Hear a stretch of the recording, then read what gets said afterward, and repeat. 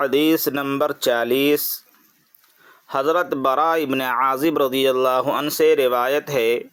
کہ رسول اللہ صلی اللہ علیہ وسلم جب مدینہ منورہ تشریف لائے تو پہلے اپنی نانہال میں اترے جو انصار تھے، اور وہاں آپ صلی اللہ علیہ وسلم نے 16 یا 17 ماہ بیت المقدس کی طرف منہ کر کے نماز پڑھی، اور آپ صلی اللہ علیہ وسلم کی خواہش تھی کہ آپ کا قبلہ بیت اللہ کی طرف ہو۔ جب بیت اللہ کی طرف نماز پڑھنے کا حکم ہو گیا تو سب سے پہلی نماز جو آپ صلی اللہ علیہ وسلم نے بیت اللہ کی طرف پڑھی وہ عصر کی نماز تھی۔ وہاں آپ صلی اللہ علیہ وسلم کے ساتھ لوگوں نے بھی نماز پڑھی۔ پھر آپ کے ساتھ نماز پڑھنے والوں میں سے ایک آدمی نکلا اور اس کا مسجد یعنی بنی حارثہ کی طرف گزر ہوا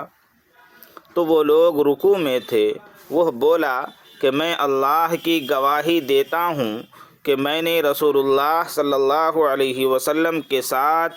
مکہ کی طرف منہ کر کے نماز پڑھی ہے۔ یہ سن کر وہ لوگ اسی حالت میں بیت اللہ کی طرف گھوم گئے، اور جب رسول اللہ صلی اللہ علیہ وسلم بیت المقدس کی طرف منہ کر کے نماز پڑھا کرتے تھے، یہود اور عیسائی خوش ہوتے تھے، مگر جب آپ صلی اللہ علیہ وسلم نے بیت اللہ کی طرف منہ پھیر لیا تو انہیں یہ امر ناگوار ہوا۔